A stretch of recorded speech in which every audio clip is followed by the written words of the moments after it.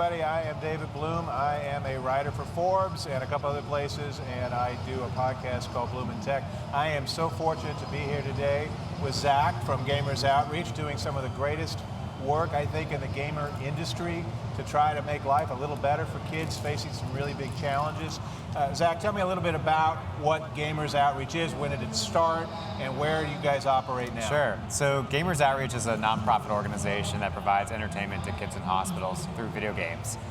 We're really focused on quality of life. So if you think about the hospital environment in today's day and age, there's a lot of emphasis on research and treatment, which of course are the priority, right? Like if you go to the hospital, right, the goal is to get out of the hospital. We want you to get in, get out, get healthy. That's right? the whole point. Right. But because of that, quality of life often takes a back seat. It's a little antiseptic. Exactly. So what we think of is essentially, we ask ourselves what's happening in between all the times kids are seeing doctors. And right now the answer is not a lot. Right. But it turns out video games, aside from being a form of entertainment, are actually helping with the healthcare process. Oh, really? So they actually help them heal in what way? So talk about Totally, in a few different ways, really. So we see games being used as a form of distraction. So as an example, we were working with a child who had a really severe burn on the side of his arm. Got to a point where 6 nurses were holding this kid down to change out bandages every few days. And someone found out he liked playing Lego Batman, wheeled in a gaming cart that we construct, I'll talk a little bit more about later. And it went from 6 nurses holding this kid down to 2. One to complete. But they were wearing Batgirl outfits, right? Well, yeah, actually. So the funny part of the story is that this kid, his only concern was he wanted to be able to continue his boss battle in Lego Batman. You got to have priorities. Of course, yeah. And so the nurse grabbed one end of the controller, he grabbed the other. So they're playing the game together, while the other nurse took his arm and completed the procedure. So this child ended up having a better healthcare experience thanks to video games.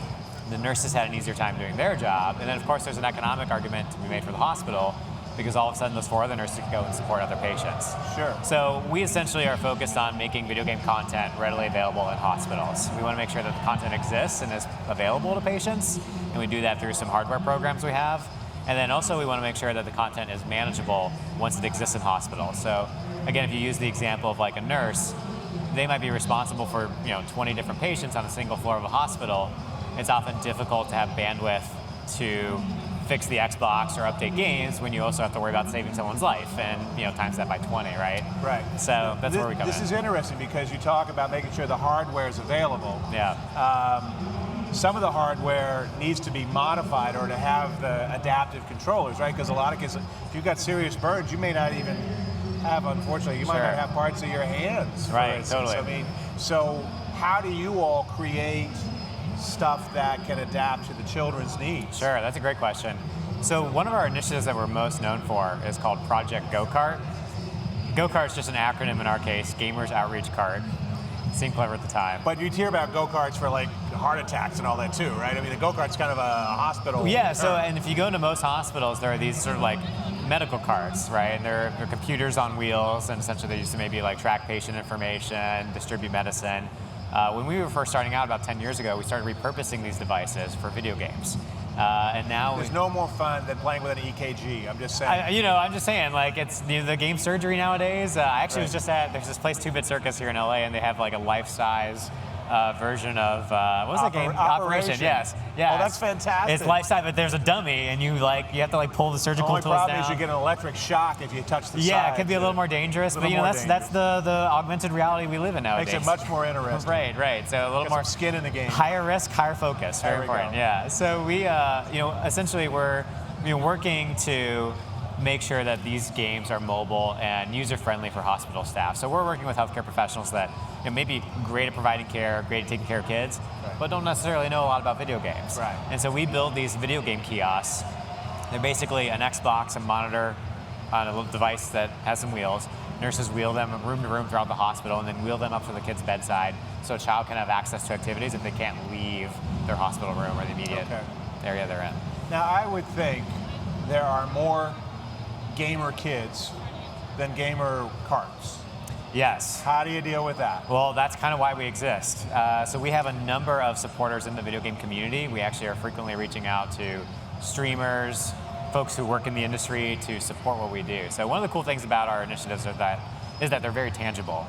When someone donates to build a gaming cart, it's a matter of weeks before we build it, deliver it to the hospital, and we'll even invite donors to come sometimes set it up on their own if they'd like, or even visit the device as time goes on. So there are thousands of hospitals in the U.S. alone. I mean, I think I was reading a stats report the other day. There's like 5,600 facilities just in the United States. Total hospitals. Total, yeah. Not the children's hospitals. That includes total, yeah. So that's adult facilities as well. Now, sometimes, and I should note, as an organization, our focus is on the pediatric environment, but we have donors who reach out and say, hey, I would love to support a veterans hospital, or I'd love to support this adult hospital. And our programs can exist there easily as well. It's just a matter of donor intention. Sure. I mean, the veterans would be a really obvious opportunity for a lot of reasons to help folks coming out of some tough situations oftentimes. And again, needing adaptive controllers to be able to take if they've lost an arm in an explosion or something like that. And to that point, we do a lot of work with these folks called occupational therapists. At OTs, yeah. OTs, right. yeah, exactly. So for those who don't know, it's essentially there are people in the hospital that work with folks who maybe can't use a certain limb or have some type of situation going on where it's helpful for them to have an adaptive controller. As a simple example, our gaming carts, we find that we were working with an OT that actually had a patient and she was trying to increase this person's standing tolerance. So she's actually trying to get this person out of bed to just stand in one place Just so that they to stand up. Just to stand up. So I have the same problem sometimes. For far less reason, but I definitely Sure, see no, it. it's fine. It can be a challenge sometimes once in a while. I mean, it's hard enough just to go to the gym. I think. Oh, running too? I mean, that's another level, right? That's a whole I'm level. sorry I skipped a few steps there, Yes, but yes, you did. that's literally. that's definitely, it's hard for any of us to get motivated. This woman ended up finding that her patient was standing 3 times as long when she introduced video games, as opposed to him completing his exercises without video games. Now, for just being able to stand, what kinds of games would work for that? Was it just like any old game, or was there a particular kind of game? Yeah, that's actually a really good question. What does it work? I mean, yeah, and I think actually that you kind of touch on one of the biggest challenges we have as an organization is pairing content with whatever the patient is going through. If you have someone that maybe has a hard time processing fast-moving objects, you want to be able to find a game that maybe is very gentle and has slow-moving colors and such, just to reacquaint them with moving imagery. And that I think is actually kind of the biggest gap right now, which is essentially a healthcare professional who recognizes what's going on with a patient and then knowing what sort of content to provide that patient. So you might have a library of 50 games available on the device that you have. Exactly. Maybe the first-person looter shooter isn't the best thing for a whole slice of that. Maybe there's some, I don't know, puzzle game that makes sense, or The Sims or something, right? Well, Minecraft is a great example of a game that has an incredible amount of flexibility in the hospital environment. So we were working with a kid here in Children's LA, actually, who was waiting on a heart transplant, was in the hospital for 10 months. The doctors didn't want him leaving his room or the hallway outside of his room because they were worried he was waiting on a heart transplant, they were worried if something happened to him. He needed to be available if there's a transplant. Right away, exactly. Yeah. And so times are wasting. His mom was telling us, look, my son's been here for the last year. If it wasn't for video games, he would have gone insane. And it was really thanks to games like Minecraft, he was able to get out online, play games with his friends, socialize, and had a connection to the outside world when maybe he didn't before. Right. So, and Fortnite also hugely popular with kids, but more fast twitch. So with Minecraft, there's a whole component there where you're building and creating and doing stuff. Without that, oh my God, now I've got to react and run around and blow things it's all up. contextual, right? I mean, we might have, sometimes we say children's hospitals, people forget older teenagers are being treated there, right? And sometimes they want to play Call of Duty and Halo, even Grand Theft Auto, people joke with us children's, I bet you don't give them the Grand Theft Auto games. I'm actually, you'd be surprised, sometimes they do. But obviously, of course, age-appropriate content is important. So whenever we deliver our gaming cards or we have volunteers going to the hospital to play games with kids, we're always mindful of, what parents, feel is appropriate for their child and, what age the kids are. So I think going back to your other question about, in terms of, scale, right now our organization is we have a presence in about 200 hospitals in the US, and we have a small presence internationally.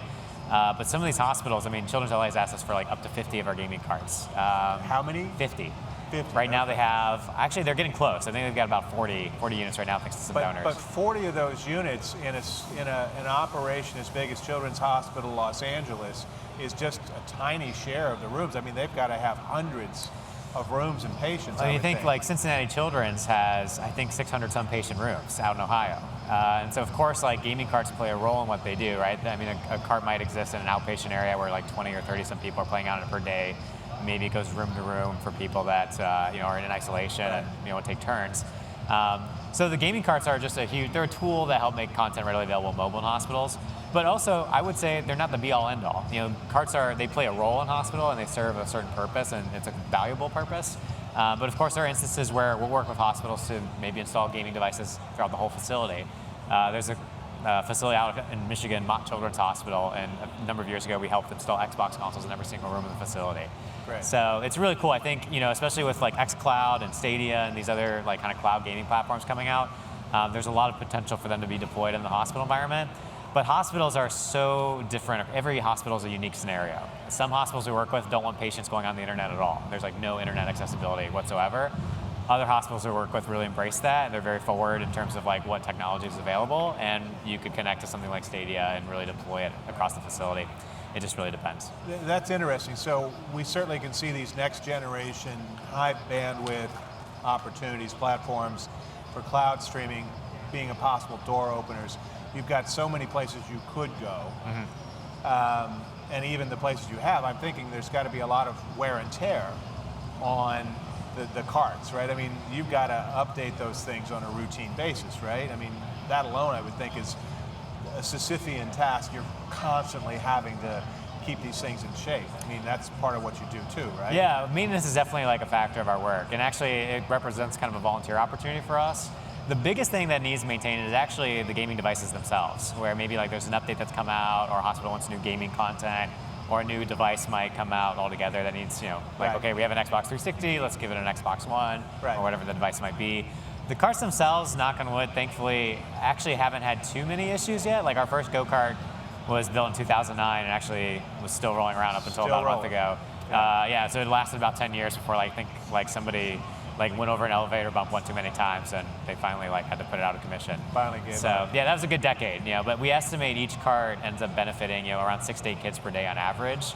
So a single device ends up maybe supporting around 2,000 to 3,000 patients, in any given facility, right? It has that capacity. So again, it's to us. I think it's funny. Sometimes we go into the hospital environment and we find ourselves educating hospital staff about video games. And when we're in environments like this, we're kind of talking to gamers about what it's like in the hospital environment. And there's kind of a disconnect there in that hospitals, will say things like, oh, I just wanted to play video games. But there's all these factors now in our current day and age of account management and thinking about how do you actually deploy this equipment effectively. And then in the gaming environment, it's easy to say why don't you just give them a bunch of iPads? And you forget that if you donate 100 iPads to a hospital, somebody has to go and update those things and hand them out to kids on a daily basis, and it's not so practical. Right. So that's where we're really focused on creating programs and services that help make video game content available and manageable in healthcare facilities. Okay. Are there, you're basically creating or using games that are they console mostly? Are they PC mostly? Is it somewhere in between? And is there a mobile opportunity also? Sure. I mean, some of the mobile games, you said iPads, it's a huge platform. Yeah. It's going to get bigger with whatever Apple's doing. I mean, what ends up being on the cart? So when we build the gaming carts, we're primarily focused on consoles, just because they're easy to use in the hospital environment. I think the challenge and opportunity with PC gaming is that PC gaming is so open source, and there's a lot more opportunities to maybe make the devices more flexible, have an interface that's customized to the hospital, and have games that are more prevalent. At the same time, doing so requires a little more active management or some skills in terms of being able to create that software and deploy it within a medical facility. So we actually are having some chats right now with different folks that are kind of helping us experiment with some of that stuff. Right now, whenever we deploy PCs in the hospital, which I should note is kind of a small percentage of what we do, probably 5% of our deployment is something related to either virtual reality, which is tied to PC gaming. And so there are instances where we actually we've had some stories where virtual reality, and you've probably seen some news articles about this, is now being used for therapeutic purposes in hospitals. So I would think that's a huge opportunity. I've seen major the VR stuff, obviously for job training and those kinds of things, but from a rehab and occupational therapy and all of that stuff, veering into the gaming component, I would think that's a gigantic opportunity, and that a lot of medical people might be open to that. Sure. Well, I mean, as an example, I was talking to a healthcare professional the other day who was mentioning that sometimes he has to perform surgeries on a child's face. And obviously they numb the area, you don't really feel anything, but if you see like these surgical tools coming at you, it can be quite overwhelming. I mean, I'm sure all of us sometimes even get a little hesitant being at the dentist, let alone having this sort of thing happen. Well, now they can just put a virtual reality headset on your face, and a child who maybe has a lot of anxiety around these procedures is now much more calm and soothed because they have no idea what it's even happening, and the procedure's done before they even realize really what's going on. Right. And so there's, really kind of a number of things that you can derive from that. I mean, the doctors, again, have an easier time doing their job, the patient's having a better healthcare experience. And I think, again, we're at the end of the day just trying to make the hospital environment more fun. It's a sterile environment. There aren't really a lot of activities. And again, rightfully so, when hospitals are prioritizing their resources, entertainment content isn't really the first thought, both from in terms of like, okay, how do we manage this stuff? And then also like, if we do buy all these things, how long is it before we have to replace it? And so that's where we're coming in and really trying to like just make sure the hospital has access to these forms of activities. And then we're finding out that, oh, by the way, games are having this impact when it comes to actually assisting with healthcare too, which is pretty cool. So who are the big supporters that you'd like to give a shout out to that have been really there for you guys in recent years? Yeah, I've been really grateful to have received support from a number of video game companies. The developers of the game PUBG actually have been a major donor of Gamers Outreach. They matched contributions of an annual fundraising event we host each year called Gamers for Giving. And we raised almost like $700,000. We raised over $700,000 thanks to their support. So PUBG, we always have to give them a shout out. Twitch has been very generous in terms of allowing us to have front page support or promoting the work of our organization. We have a long-time partnership with a company called Astro Gaming, which makes headsets. There's another company called Gamer Advantage, which is a new eyewear company. They actually make glasses that filter blue light. And it's actually like pretty interesting technology. It's backed by some doctors and healthcare research around like well, it helps sleep patterns and some other things. You see the Apple iPhone having changing the frequency of light in the evening so you can get to sleep easier. Yeah, exactly. So it's, we've been really grateful that, and Asus just recently, we haven't announced this officially actually, this is an exclusive. We should, I guess I can't get too specific because I want to make sure it's kosher with them, but we've been chatting with Asus a little bit about them coming aboard and being a bigger supporter. I guess it actually is kind of obvious. They did put their logo on our jersey, so they've been a sponsor. They weren't being too subtle. Yeah, they weren't. We just haven't really talked exactly formally what it is yet, but at the end of the day, and I should also mention, we're here at E3, most obviously Xbox.